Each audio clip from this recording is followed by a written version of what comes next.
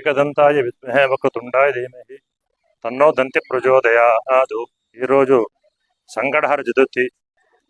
ఈ సంకటహర చతుర్థిని పురస్కరించుకుని ధర్మపురి శ్రీ లక్ష్మీ నరసింహస్వామి దేవాలయానికి అనుబంధ దేవాలయమైన శ్రీ రామంగే స్వామి దేవాలయంలో ఉదయం గణపతికి మహాసంకల్పం, పృథివీ కలశ గణపతి పూజ, అదేవిధంగా గణపతి అధర్వ శీర్ష అభిషేకం బ్రాహ్మణోత్తమతో విశేషంగా జరిగింది. తదనంతరం పంచామృత స్నానం, ఆరతి మంత్రపుష్పాలు జరిగాయి.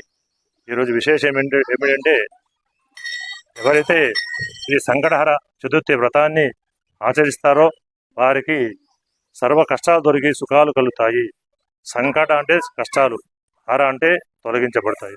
అందుకోసమే దీనికి సంకటహర చతుర్థి వచ్చింది. ఎవరైతే ఈ వ్రతాన్ని పాటిస్తారో వారికి సర్వ సంకటాలు దొరికి విజయాలు కలుగుతాయి.